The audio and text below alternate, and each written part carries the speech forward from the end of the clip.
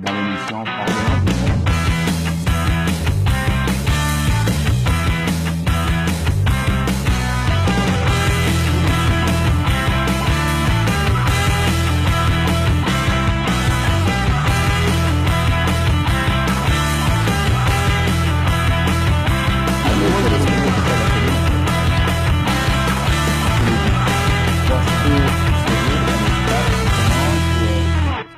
Bien chers téléspectateurs, bonsoir. Nous vous souhaitons la bienvenue sur le plateau de la télévision du réseau DEA dans l'émission Parlement du monde.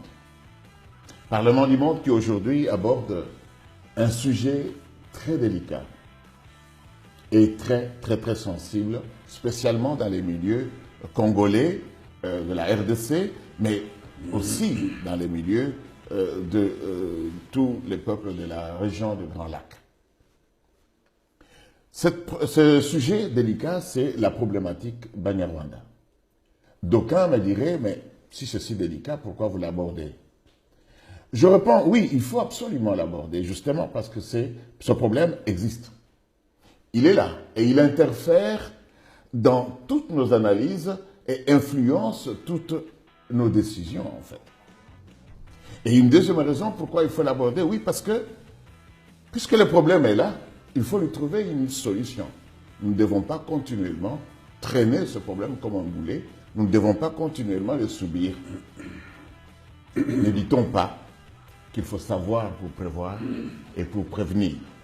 Ne dit-on pas qu'il faut savoir en profondeur pour transformer la réalité comme il le faut vraiment? Pour aborder ce sujet, nous recevons sur le plateau M.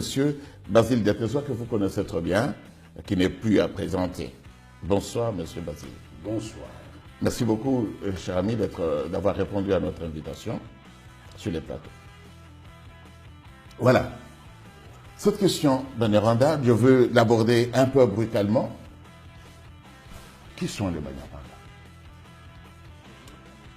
Le mot Banyarwanda est utilisé par le pouvoir colonial pour identifier une communauté congolaise qui parle la langue Kinyarwanda.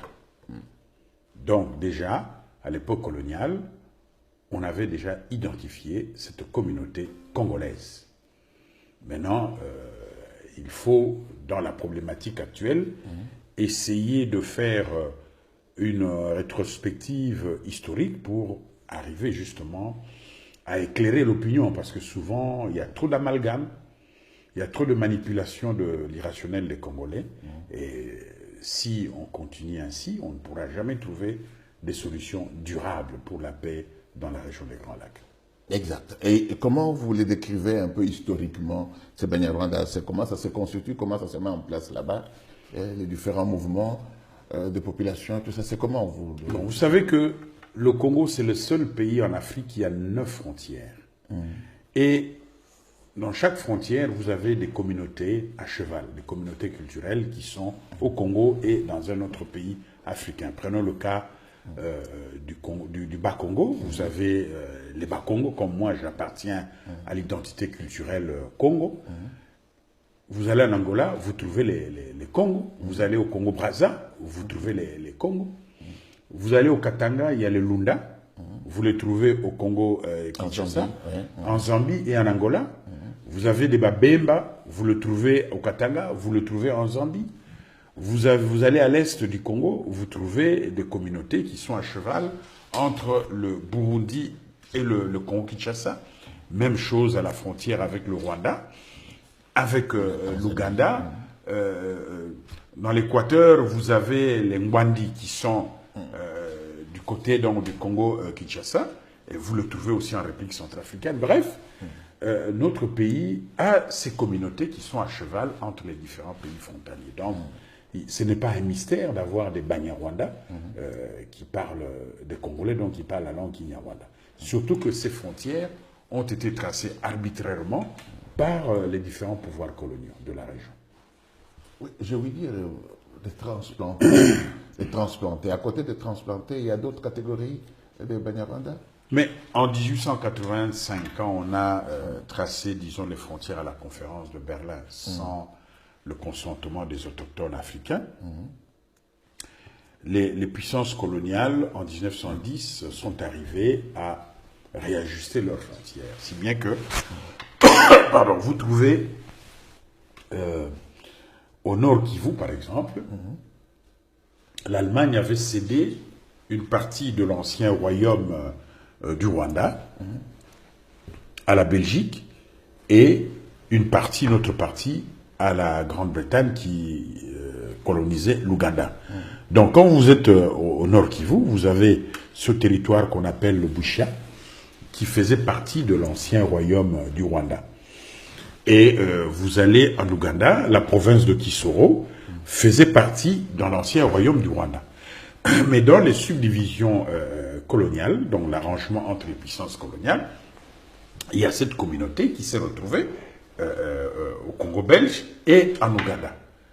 Vous allez au sud Kivu, vous trouvez aussi une communauté au Banyarwanda qui est là depuis la conférence de Berlin. Vous avez aussi une communauté Barundi dans le sud Kivu, avec l'arrangement de frontières entre l'Allemagne et la Belgique. Bref, la communauté Banyarwanda est là. Maintenant, il faut faire une petite rétrospective historique. La Belgique qui acquiert la colonie donc en 1908, venant de Léopold II, qui a fait l'héritage à la Belgique. En 1910, il y a eu ces accords donc avec la Grande-Bretagne. Et à partir des années 20, donc quand la Belgique, la puissance coloniale, veut vraiment exploiter sa colonie, il y a des politiques d'immigration qui sont initiées par le pouvoir colonial. Parce que le Congo étant vaste, il fallait la main-d'œuvre. C'est ainsi qu'on allait puiser la main-d'œuvre au Rwanda et au Burundi, qui étaient, après la Première Guerre mondiale, les deux pays étaient devenus sous tutelle belge. Donc, pour la Belgique, c'était les deux pays où elle pouvait aller puiser donc de la main-d'œuvre.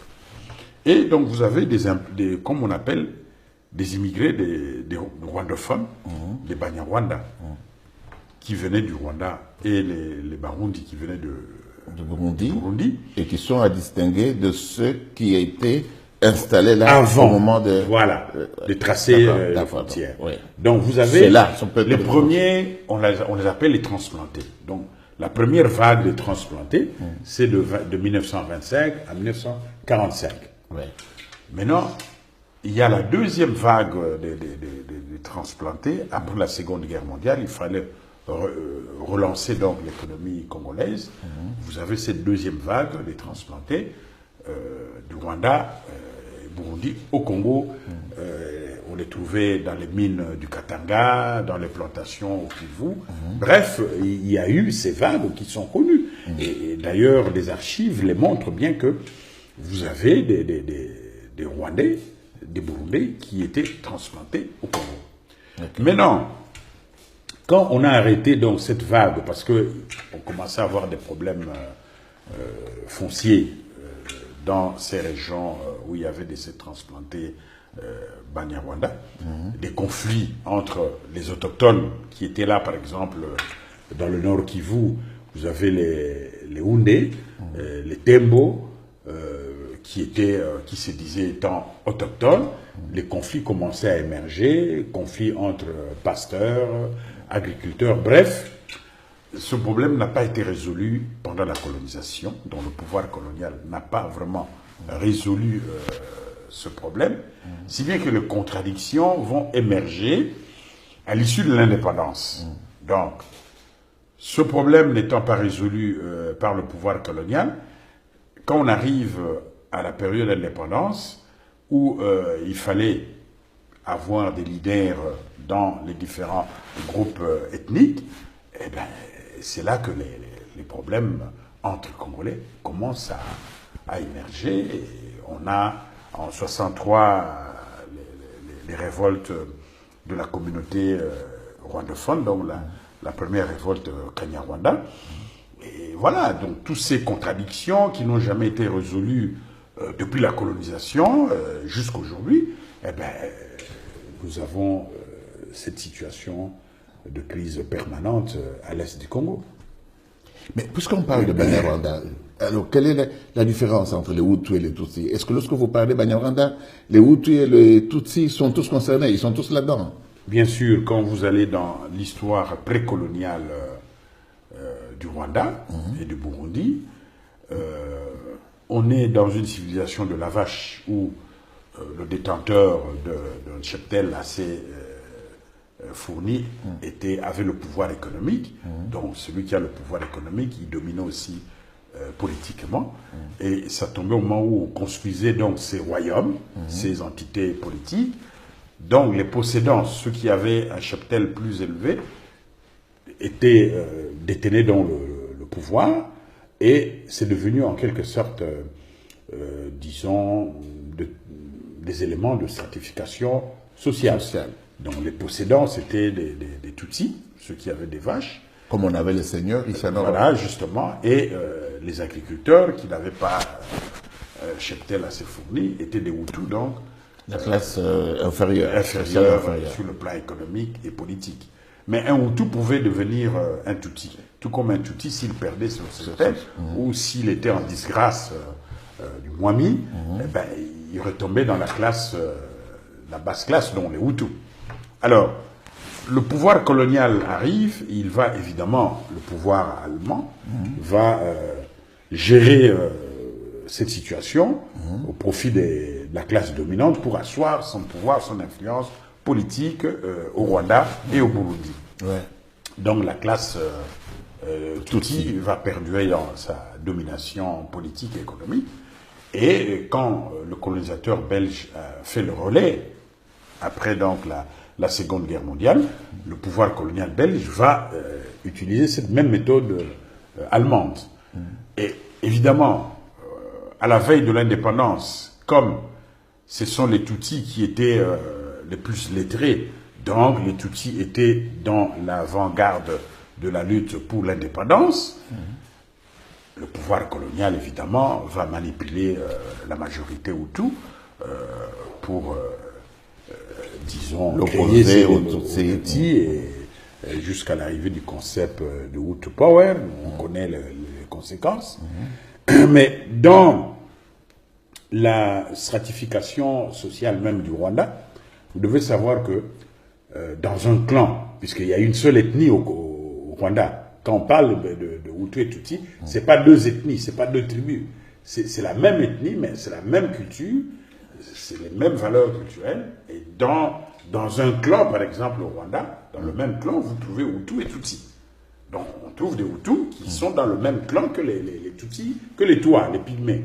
Donc bref, il faut comprendre ces subtilités anthropologiques pour arriver à trouver des solutions viables. Donc Hutu, Tutsi, ce n'est pas deux tribus différentes.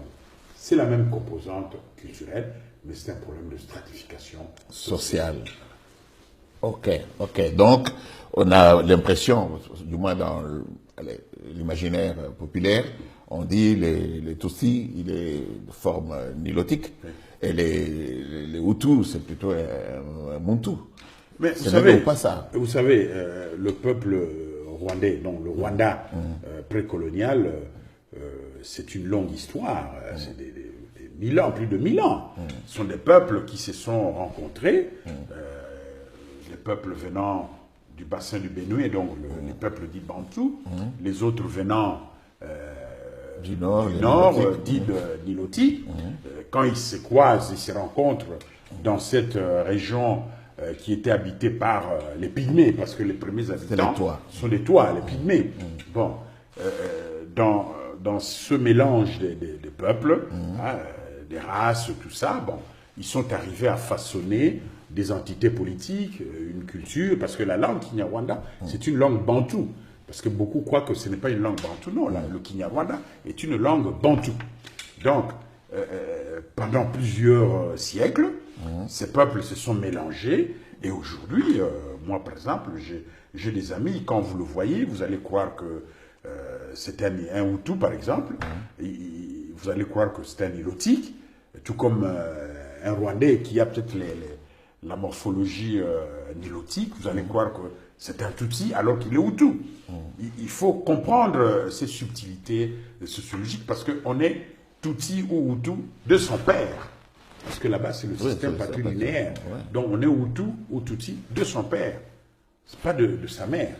Donc, on peut avoir un couple Hutu et Tutsi si il y a une prédominance génétique des traits de type, entre parenthèses, bantou, nilotique. Eh ben, voilà. C'est ça qui sera dominant. C'est ça. Enfin, d'accord. Et si nous parlons de cette question, elle nous intéresse en tant que... elle intéresse les Congolais, cette question. Et à votre avis, elle a tellement d'impact sur la crise nationale aujourd'hui qu'il est bon de l'aborder tel que nous l'abordons maintenant et d'aller au fond. C'est pourquoi je vous dis, le Parlement du monde permettra à d'autres personnes qui ont des avis différents de venir expliquer pour que nous puissions éclairer l'opinion et que les gens puissent se faire leur opinion personnelle pour des solutions durables. Pour des solutions durables. Voilà. Par exemple, vous voyez, on dit que le pouvoir, le Rwanda occupe le Congo. Il instrumentalise le pouvoir congolais. C'est un mythe, c'est une réalité, à votre avis? On va plus loin, par exemple, on dit, bon, il y a une infiltration du pouvoir congolais par des Rwandais, et spécialement des Tutsis, qui occupent pratiquement presque tous les niveaux du pouvoir congolais. Cela nous fait donc douter, quand il y a des décisions qu'on prend et qu'on sort, nous doutons de la sincérité de ceux qui prennent ces décisions, parce que nous disons que c'est instrumentalisé par le Rwanda. Nous pouvons aller même plus loin. Il y en a qui disent que les Tutsis congolais sont utilisés pour déstabiliser la RDC. À tout cela, vous dites quoi à votre avis? Non, je crois qu'il y a trop de mythes et trop de chimères dans tout ça. Oui, puisque les problèmes communautaires n'ont pas commencé avec le pouvoir de Kagame. Les problèmes communautaires à l'est du Congo ont commencé dès l'aube de l'indépendance. Et jusqu'aujourd'hui, aucun pouvoir n'a apporté des solutions viables et durables. Les contradictions dans le Nord Kivu, on les connaît. C'est un problème foncier, un problème de leadership politique et économique entre Nandé et Banyarwanda. C'est connu. Rappelez-vous, dans les années 60, le gouvernement provincial du Nord Kivu, où il y avait Denis Paluku, Rwakabuba, Denis Paluku qui conduisait la communauté Nandé, Rwakabuba la communauté Banyarwanda, donc rwandophone. Les Nandés voulaient une sécession du Nord Kivu. Et ce sont les rwandophones qui ont refusé la sécession du Nord Kivu. Et les guéguerres ont commencé déjà à ce moment-là pour le leadership politique et économique du Nord Kivu.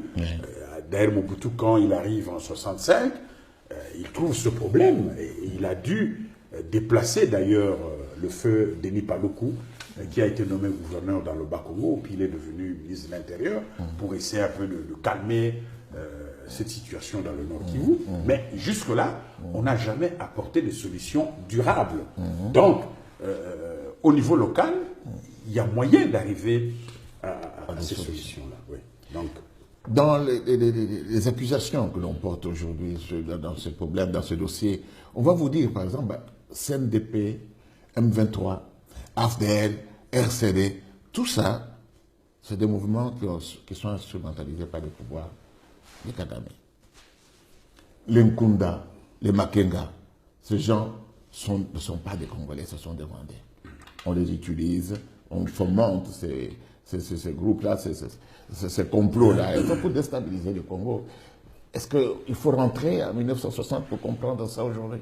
Bien sûr, mais prenons, vous parlez maintenant de cette influence du Rwanda. Vous savez, prenons le cas de l'ancien directeur du cabinet Barthélemy Bisengimana, du président Mobutu.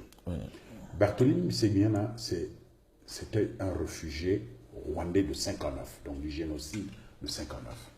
Il s'est réfugié à Kinshasa, comme les autres sont allés en Ouganda ou en Tanzanie. ou bien ceux qui sont restés à Goma. Lui, il est arrivé à Kinshasa avec sa famille. Il a fait ses études à Lovanium en tant que réfugié rwandais. Il est de la première promotion de Polytechnique de Lovanium, de l'université Lovanium à cette époque. Il termine ses études d'ingénieur civil, électricien, et il est recruté par le bureau d'études qui s'occupait du site Inga. Vous savez que le projet Inga date de la colonie. Donc il y avait déjà un bureau d'études italien qui s'occupait de ce site-là. Et Bisengimana est recruté par ce bureau d'études. Alors, Mobutu arrive, ça c'était avant que Mobutu n'arrive au pouvoir en 65. Mobutu arrive en 65 au pouvoir, il veut relancer le projet Inga, qui était un peu en veilleuse. Il veut relancer le projet Inga, et il demande parmi ses collaborateurs qui était le mieux placé pour s'occuper techniquement de ce dossier. Et ce sont ces conseillers, ces jeunes conseillers, qui vont lui proposer, qui vont l'orienter vers la personnalité donc de Bisengimana, qui travaillait déjà ce dossier dans ce bureau d'études. Mobutu le prend maintenant comme conseiller à la présidence pour s'occuper de ce projet-là, ce qui est normal. Et à ce moment-là, c'était d'ailleurs le feu Loliki qui était directeur du cabinet du président. Loliki meurt quelques années après d'une mort naturelle, il était malade. Mobutu va nommer un autre directeur de cabinet, j'oublie le nom, mais il voulait vraiment avoir un cabinet bien soudé, bien dynamique. Et parmi ses collaborateurs, il constate que le mieux placé, le mieux assidu, le mieux compétent, le plus compétent, c'était le feu Bisengimana. Il le prend, il le nomme comme directeur de cabinet à la présidence. Rappelez-vous qu'à cette époque, il n'y avait pas un premier ministre dans le gouvernement de Mobutu, donc il était chef d'État en même temps chef du gouvernement.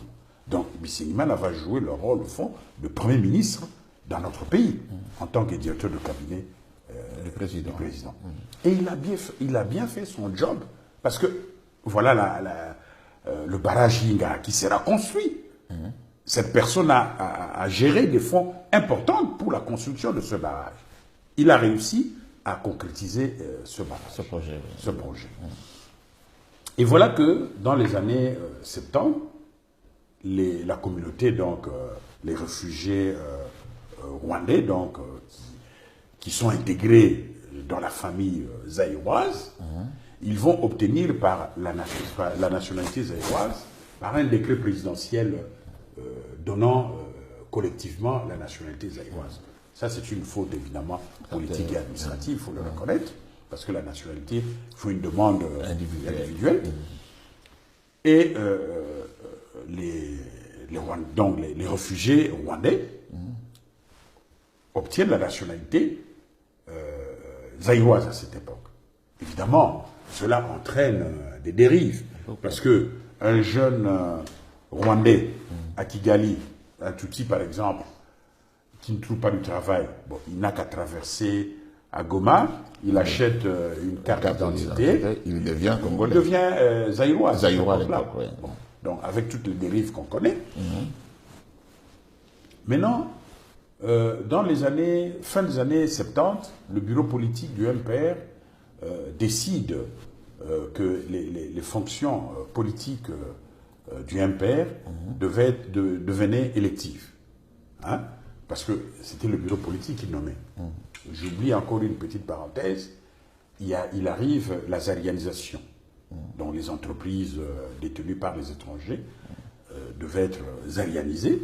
Et la personnalité qui s'occupait du partage du gâteau, c'était Bisengimana, en tant que directeur du cabinet du président. Bien sûr, il a eu son gros morceau, il a donné à ses frères et amis rwandophones aussi des bons morceaux.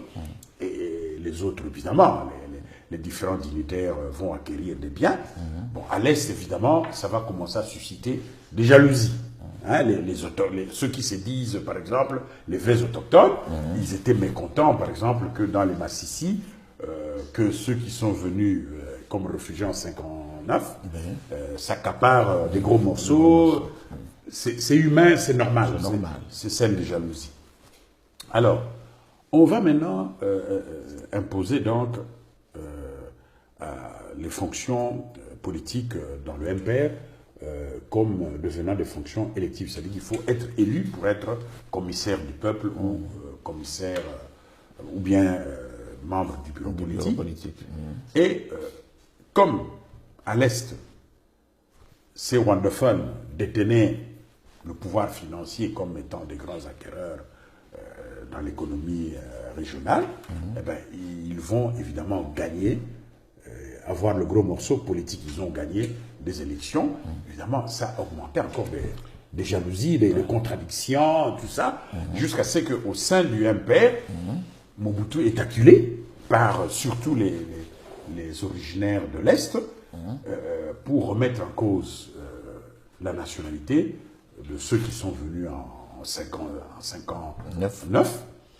Et voilà qu'une loi en 82 va être publiée où on va retirer la nationalité à tous ceux qui l'ont eu collectivement, suite à cette loi des années 70 donnant la nationalité collective à tous ces réfugiés de 59.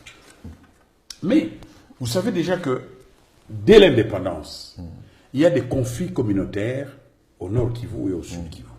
Donc à partir de cette loi de 82, on va, évidemment, des extrémistes, de ceux qui vont manipuler l'opinion nationale pour leurs intérêts politiques et économiques au niveau local, ils vont mettre dans le même panier tous ceux qui parlaient la langue kinyarwanda. Donc, et les autochtones rwandophones, Banyarwanda, et les réfugiés de 59, ils sont tous mis dans le même panier. D'où l'invention du concept de la nationalité douteuse.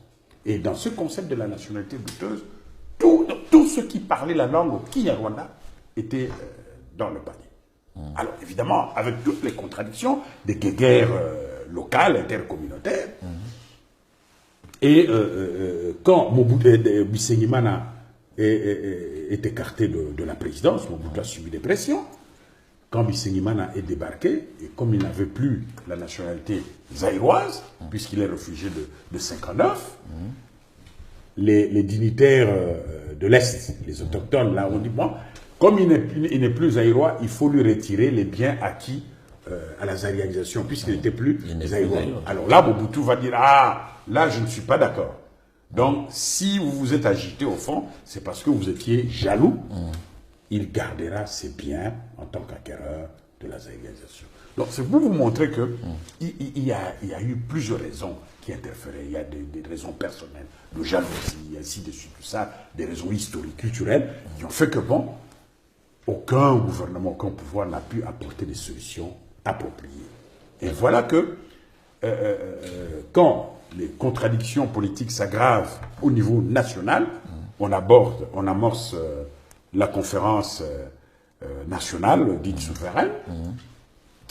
Vous vous rappelez, vous avez d'ailleurs participé à cette conférence nationale, comment on a défenestré tous ceux qui avaient le faciès Tutsi. Il y a des Hutus qui se sont cachés et qui sont restés à cette conférence nationale. Il y a même un évêque, le Monseigneur Kanamachuvi, qui était le secrétaire du conseil épiscopal, qui a été défenestré de la conférence nationale, simplement parce qu'il était considéré comme Tutsi, donc écarté. Les Rwakabuba, tout ça a été écarté. Et pourtant, les Rwakabuba étaient cités parmi les pères de l'indépendance au Congo. Bref, voilà dans ces amalgames, dans ces contradictions, la situation des Banyarwanda ne fait que s'empirer. Et ça tombe au moment où Mobutu est affaibli politiquement, il se retire à Guado. Et au Rwanda, il y a ce problème interne du Rwanda, là, le pouvoir Habyarimana en lutte contre la rébellion donc, Tutsi donc, venant de l'Ouganda. Comme la communauté Banyarwanda était épinglée et mis disons, dans le même panier que ceux des 59, à l'Est, vous avez les dirigeants de l'administration régionale extrémistes qui commencent à persécuter justement la communauté rwandophone, eh bien, des jeunes congolais rwandophones, se sentant maintenant exclus par la communauté nationale, vont rejoindre la rébellion du FPR en Ouganda.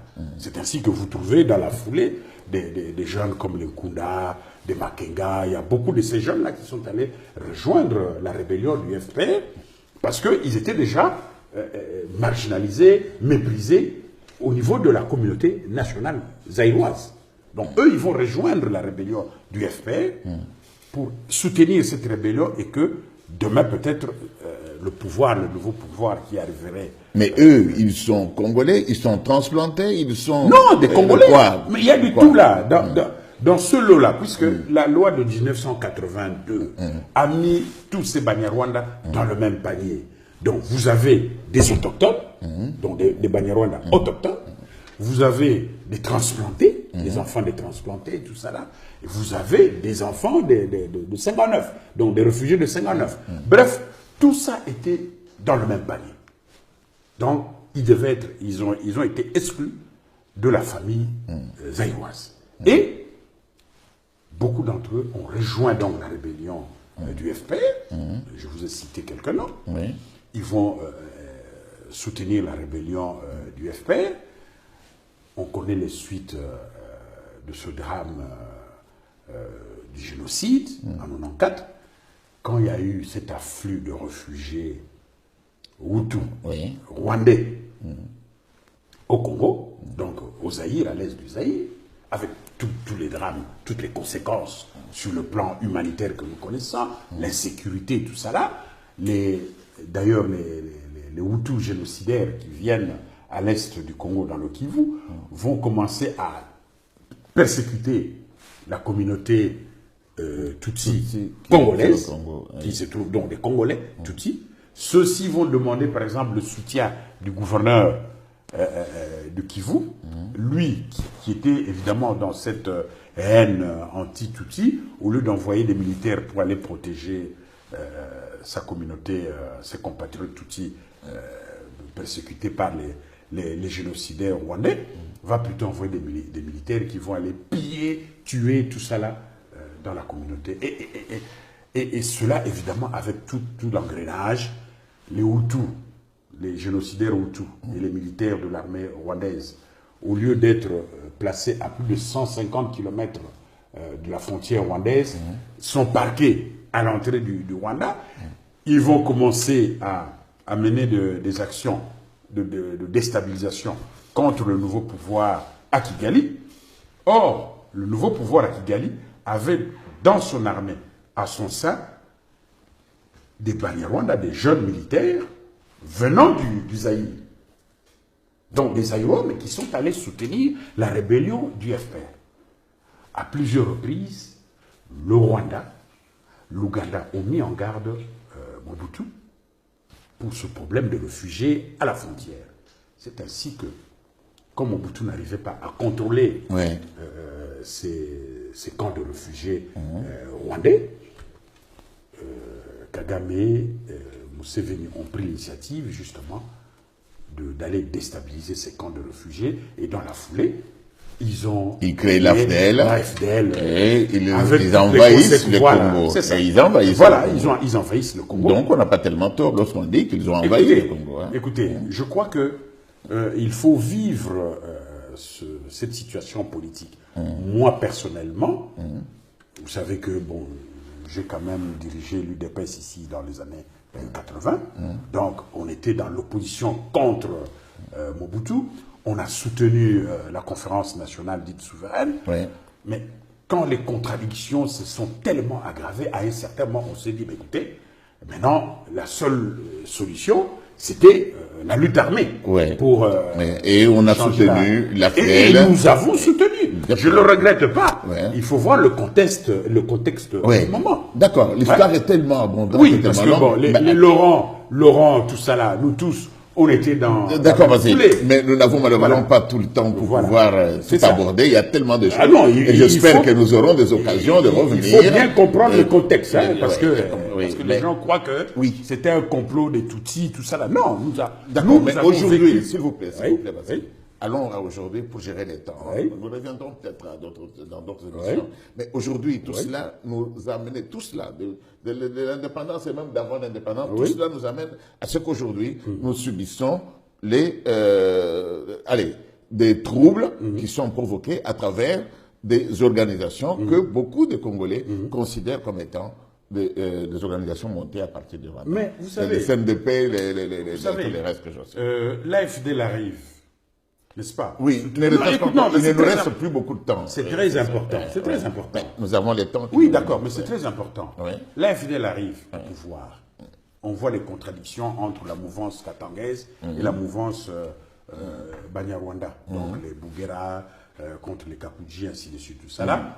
Et on connaît la suite. Crash, c'est une nouvelle rébellion, soutenue évidemment par le Rwanda. Pourquoi? Parce que le Rwanda avance comme argument la présence des soldats du FDLR. N'oubliez pas que le FDLR a été créé par Laurent Kabila, parce que ça, les Congolais ignorent ça, mais la rébellion du FDLR, ah oui, il faut le dire, la rébellion du FPR, du FDLR, a été initiée par le président Laurent Kabila pour contrer la rébellion du RCD Goma. Vous vous rappelez que Laurent n'avait pas une armée. On n'avait pas une armée à cette époque. Donc, la seule stratégie qui lui restait, c'était de recruter les Hutus qui étaient chassés jusqu'au Tchad par la rébellion du FPR et par l'armée rwandaise et ougandaise. Donc, c'est lui qui a rassemblé les rebelles, donc les soldats du Hutus, qui étaient réfugiés au Congo-Brazza, en République centrafricaine jusqu'au Tchad. Il les a rassemblés à Kisangani. Et d'ailleurs, c'est Moïse Congolo qui gérait ce dossier. On les a formés politiquement, on les a encadrés, on leur a donné l'argent. Et leur rôle, c'était de contrer justement la rébellion du RCD. Ça, c'est connu. Il faut être de mauvaise foi pour ne pas l'accepter. Et puis, évidemment, pour Kigali, c'était une raison politique et militaire, sécuritaire, pour interférer dans les conflits à l'Est. Mais Basile, tu vas... Je ne dis pas... S'il te plaît, Basile. Je donne l'historique. Laisse-moi te dire, réagir un peu comme la présence... S'il te plaît, attends. Pourquoi notre Congolais se dit, mais Basile, finalement, il est Congolais ou pas?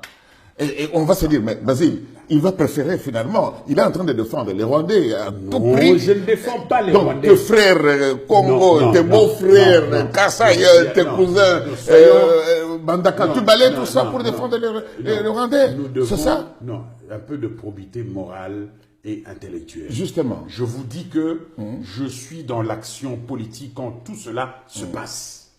Et nous avons fait des analyses, des publications là-dessus, pour mettre en garde d'abord le pouvoir de Mobutu, ensuite le pouvoir de Kabila. Bref, il y a une responsabilité politique qui est là, qu'on ne peut pas contester. Et moi, je voudrais bien apporter ma contribution pour des solutions durables. Voilà. Donc, je dois avoir froid dans ma tête pour faire des analyses objectives. Voilà, mais là, je t'attaque, je te titillais avec toute la passion qui anime généralement les Congolais lorsqu'on parle de ce problème. Bien sûr, je sais, je comprends. Tu dois comprendre ça. Et je t'ai attaqué exprès de cette manière forte pour que tu comprennes ce que disent en fait les autres. C'est dans ce sens. Oui, bien sûr. Donc, mais par contre... Je suis parfaitement d'accord. Oui. Par contre, je suis d'accord. Je suis d'accord que nous devons bien comprendre ce problème.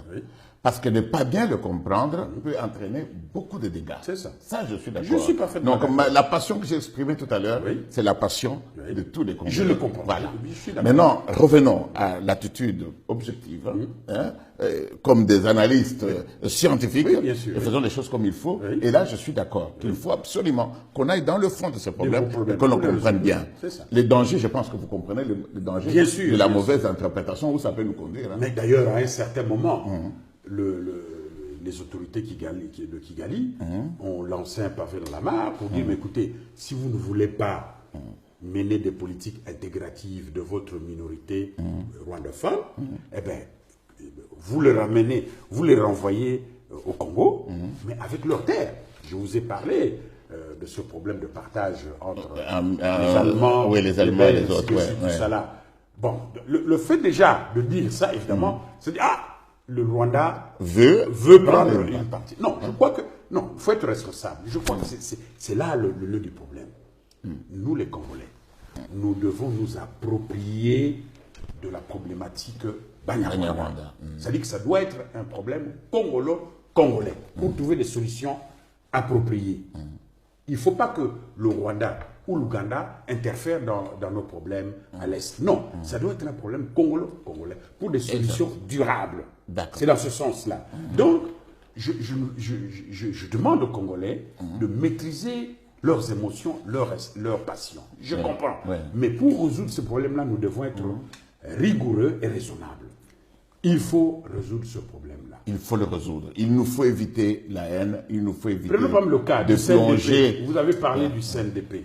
Oui, on n'a plus de temps, s'il te plaît. Je pense qu'on ne saura plus aller encore sur notre problème. Je voulais que tu stigmatises les dangers de la non-compréhension de ce problème, les conséquences. Mais les conséquences sont évidentes, puisque la communauté internationale ne va pas accepter que ces violences perdurent à l'Est.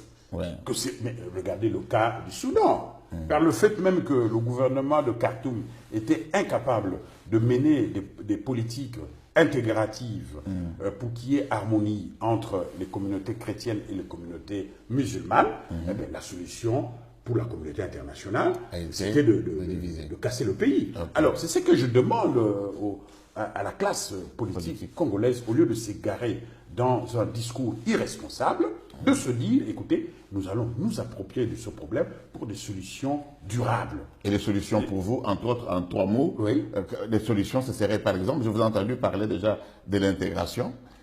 Quelles seraient d'autres solutions que vous avez? Qu'est-ce qu'on devrait faire pour mettre fin à ce problème? Nous devons accepter, nous devons intérioriser le fait qu'il y a une communauté qui parle, une communauté congolaise qui parle la langue Kinyarwanda. Ça, c'est un. Deuxièmement, nous devons responsabiliser les régions surtout. Parce que les problèmes qui se posent dans le Nord Kivu, les compatriotes du Nord Kivu sont mieux placés pour résoudre ces problèmes locaux.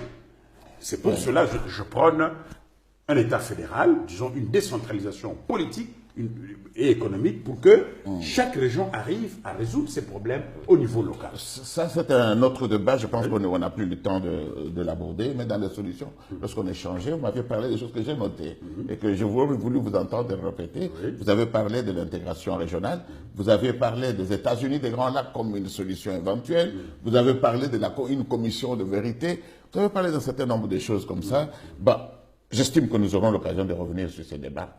Et j'invite beaucoup plus ceux qui nous ont, nos téléspectateurs, et tous ceux qui sont au courant de tous les problèmes de la région des Grands Lacs, de venir, de porter la contradiction, mais de manière objective, sans polémique, d'apporter des arguments et pouvoir aller à l'encontre de ce que vous affirmez.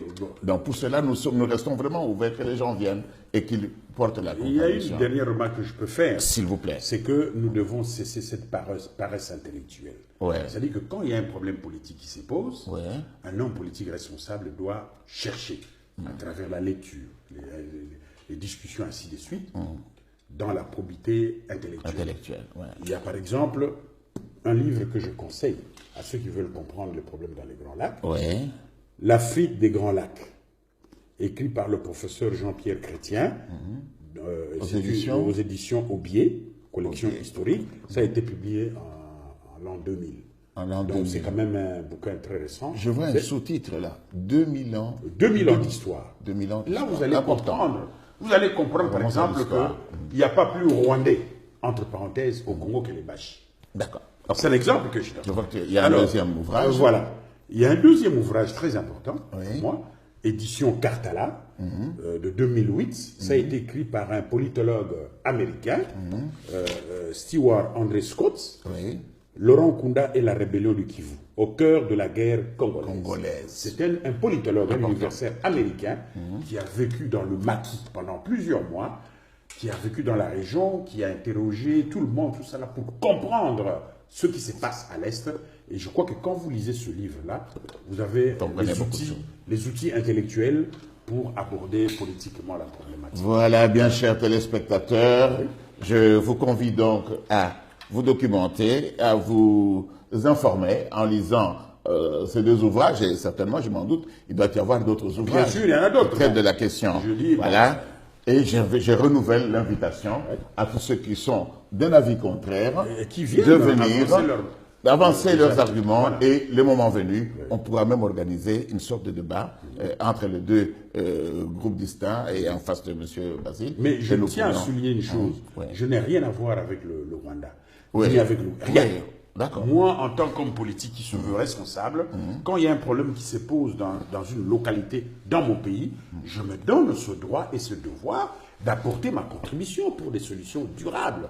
Et je suis allé sur le terrain pour discuter avec tout le monde. Je n'ai jamais créé une rébellion. Jamais. Ben, on vous a accusé à un moment donné d'être allé chez Laurent Nkunda. L'accord de Nairobi entre... bref, s'il vous plaît. L'accord de Nairobi entre le M23 et Kinshasa, sous l'égide de la communauté internationale, demande à ce que le M23 se transforme en parti politique. N'est-ce pas? Eh bien, je me donne ce devoir d'aider, d'apporter ma contribution intellectuelle pour que ce groupe qui a des revendications fondées se transforme en réel parti politique pour apporter sa contribution à la gestion du pays. Vivement la prochaine émission pour pouvoir approfondir un peu ces deux autres petites choses que vous venez d'affirmer à la fin. Oui. Bon, revendications légitimes, vous dites. Mais il faudrait que, s'il vous plaît, il faudrait que nous ayons l'occasion de revenir dessus. Les rapports des Nations Unies sont là. D'accord. Les griefs sont fondés. Mais les méthodes, peut-être, pour des solutions brutales, ça, on les condamne. C'est pour cela, il faut que ces groupes se transforment en partis politiques. D'accord. Ok. Merci beaucoup, M. Basile Diatezoa. Merci beaucoup. Le temps a joué contre nous maintenant. Il faut qu'on arrête là et qu'on laisse nos téléspectateurs digérer ce qui a été dit. Et nous reviendrons sur la question encore dans les prochains jours. Bien, chers téléspectateurs, merci beaucoup de nous avoir suivis. Nous vous nous vous lançons l'appel de chercher à vous documenter sur la question, de mieux comprendre et comprenez pourquoi il est important de comprendre. Quand on a bien compris, on trouve les bonnes solutions. À lundi prochain, bonne soirée.